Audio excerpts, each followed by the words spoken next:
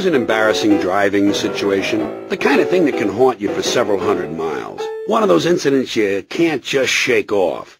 Like the time you almost got killed by the big tractor trailer and had to pull off the road for about 20 minutes and listen to your heart slamming up against your rib cage. Bam, bam, bam, bam, bam.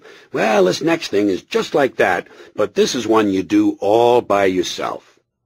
Did you ever pull up to a red light and you go a little bit too far into the intersection, just a few extra feet?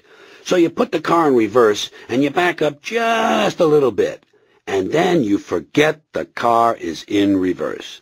So you sit there, innocently, waiting for the light to change, looking around, eager to get moving again. Don't want to keep the proctologist waiting.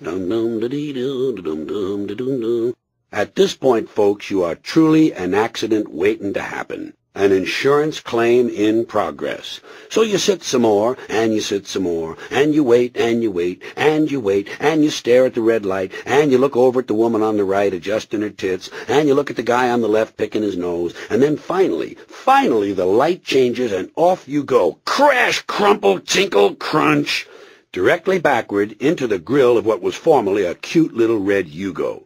Holy shit, how did I get back here? This is where I was a couple of minutes ago.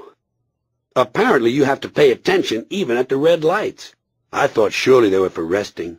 You know, drive a little, rest a little, drive a little, rest a little. Seemed that way to me. Guess not.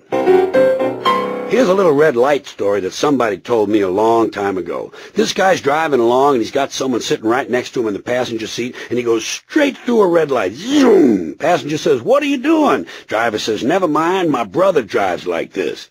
They go a little farther, they come to another red light. Zoom! Guy goes right through it. "What are you doing?" "Will you stop? I told you my brother drives like this." Keeps on going, and now he comes to a green light and he slams on the brakes. "What are you doing?" "Well, you never know. My brother might be coming the other way." Now, a couple of things to remember when you're out in traffic. First of all, never get behind anybody weird. You ever get behind a guy whose turn signal has been on for about 80 miles, and you're thinking to yourself, well, maybe he's just a really cautious man. I'm not going to pass him now. He may turn at any moment. And later you discover he was driving around the world to the left.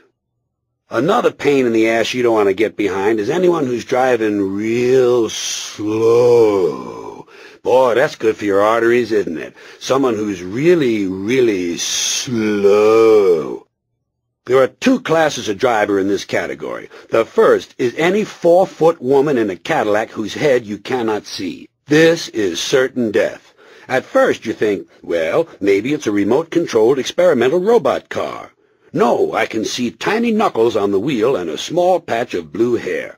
At this point, folks, I take no chances. I pull over immediately and take public transportation. I'm not about to fuck with a ghost car. Let someone else flag down the Flying Dutchman. It's not my job. Another driver you don't want to get behind is any man over 70 wearing a flannel cap with ear laps in August.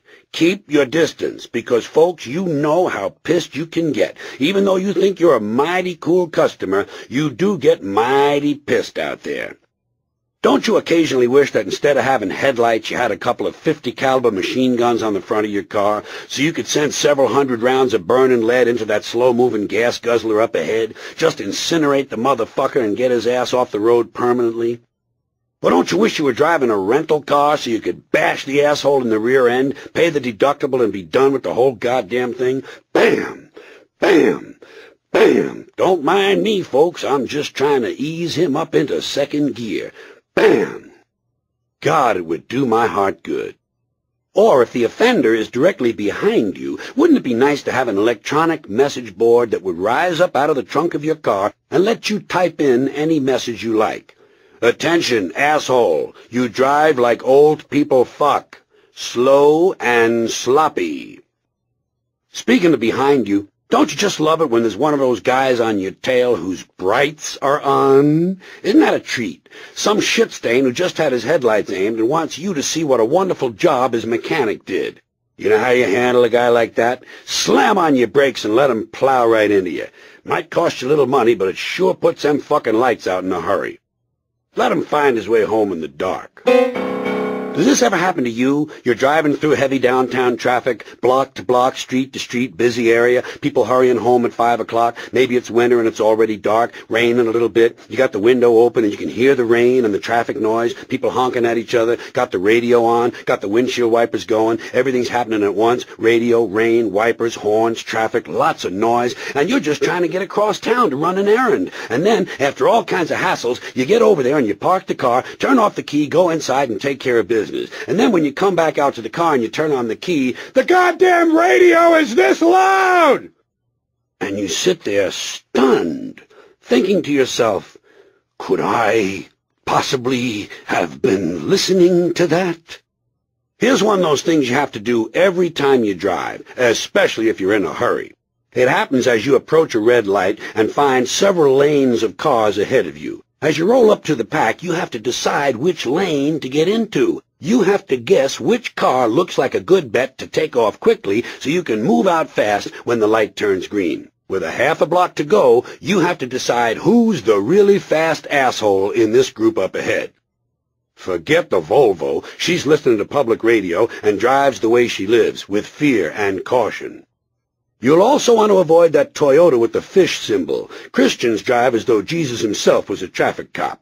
And by all means, ignore the Lexus with the heavily made-up, bejeweled pig woman. She has the reflexes of an aging panda. Ah, here's the correct machine to get behind.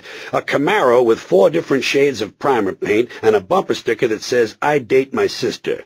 This guy's a real risk-taker, full of crank and on his way to an AC/DC concert. You'll be home before you know it. Now, one last reminder before I tow this trusty little shitbox of mine into the shop for its bi-monthly overhaul, and this should go without saying. That's why I'm going to say it. Drinking and driving don't mix. Do your drinking early in the morning and get it out of the way, then go out driving while the visibility is still good.